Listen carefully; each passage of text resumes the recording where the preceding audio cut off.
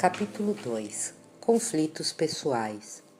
Nesse empreendimento de ascensão inevitável, o ser depara-se com as construções do seu passado nele esculpidas que se exteriorizam a miúde, afligindo-o, limitando-o.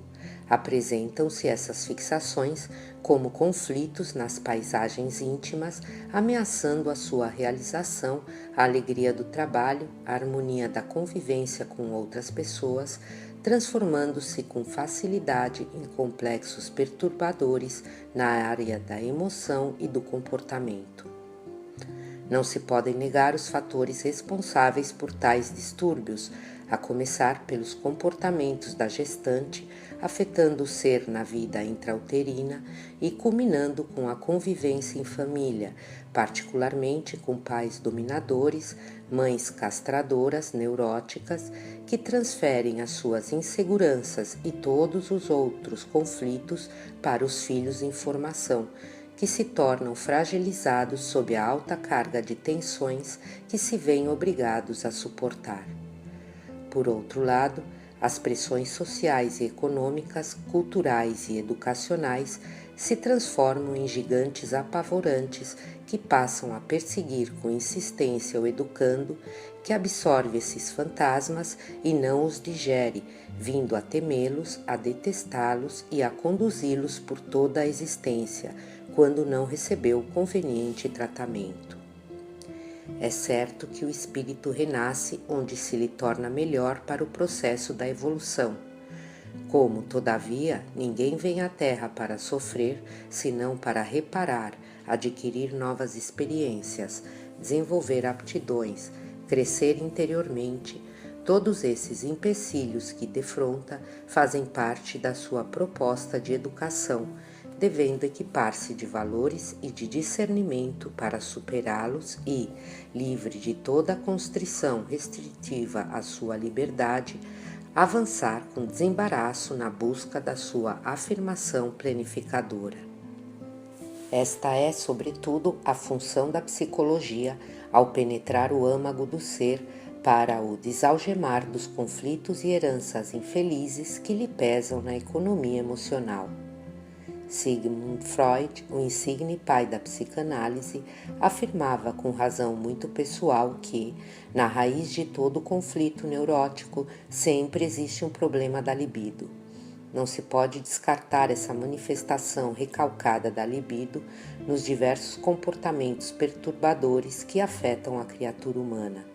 Isso porque, remanescente das suas experiências coevas, o ser renasce sob as injunções das condutas pelas quais transitou. No complexo de Édipo, por exemplo, detectamos uma herança reencarnacionista, tendo em vista que a mãe e o filho apaixonados de hoje foram marido e mulher de antes, em cujo relacionamento naufragaram desastradamente. No complexo de Eletra, deparamos uma vivência ancestral entre esposos ou amantes e que as soberanas leis da vida voltam a reunir em outra condição de afetividade, a fim de que sejam superados os vínculos anteriores de conduta sexual aflitiva. Esses amantes, reencontrando-se e guardando no inconsciente, isto é, no espírito, as reminiscências das atividades vividas sob tormentos, sentem os apelos de ontem reaparecerem vibrantes e, não possuindo uma forte conduta moral, derrapam nas relações incestuosas, portanto infelizes.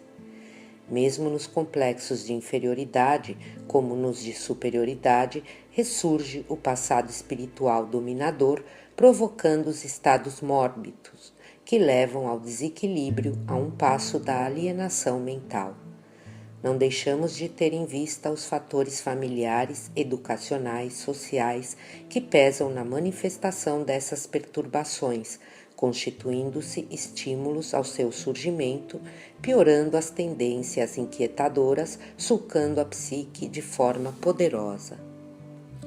Nos quadros fóbicos, podemos encontrar espíritos que conduzem no íntimo pavores que sobreviveram ao fenômeno biológico da reencarnação, cicatrizes do mundo espiritual inferior por onde transitaram, ou do despertamento na sepultura em face das mortes aparentes, havendo desencarnado em consequência por falta de oxigênio e que reexperimentam o tormento começar na claustrofobia. Outros sim, as recordações de cenas apavorantes de que participaram na multidão como vítimas ou desencadeadores revivem-nas inconscientemente na agorafobia.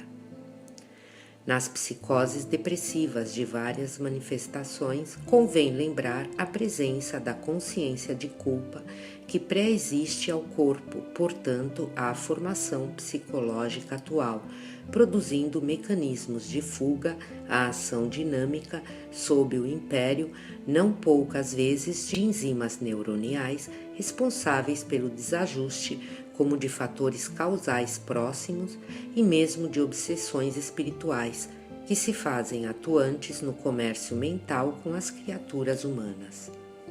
Nesse capítulo, as dolorosas obsessões compulsivas têm suas raízes etiopatogênicas em graves condutas do espírito nas existências pretéritas, assinaladas pelo descaso à dignidade humana por desrespeito às leis constituídas.